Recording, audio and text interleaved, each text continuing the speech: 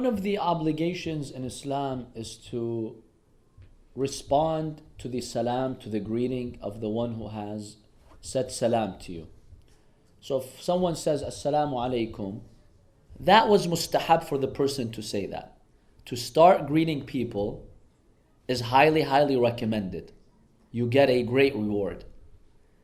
But responding to the salam is not optional. It's wajib, it's mandatory.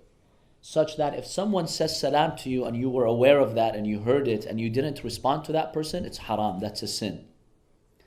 Now, responding to the salam is so mandatory and important in Islam, such that even if you're reciting the Holy Quran, which is the book of God, which you shouldn't distract yourself with anything else while reading the Quran, even while reading the Quran, if someone says assalamu alaikum, stop, say alaikum assalam, and then read.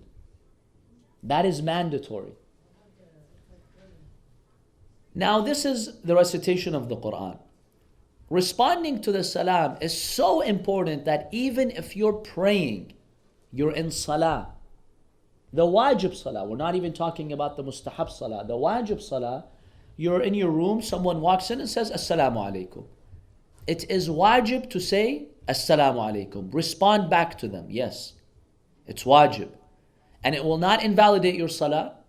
Say assalamu alaikum and just continue. If you don't respond to the salam, you've committed a sin. Your salah is valid, but you've committed a sin.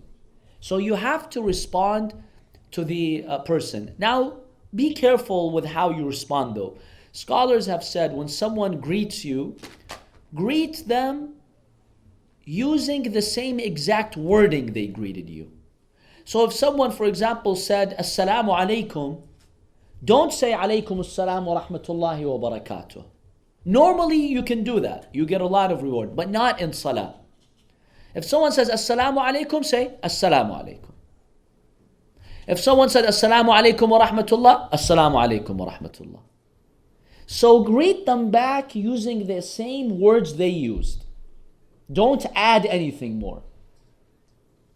That's one point. The other point, you have to respond if the salam is directed at you, specifically. So let's say you're in a big hall and there's 100 people.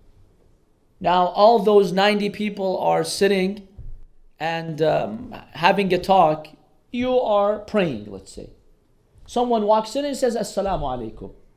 It's not directed at you, the one who's praying. In that case, you don't have to respond to it because it's not directed at you.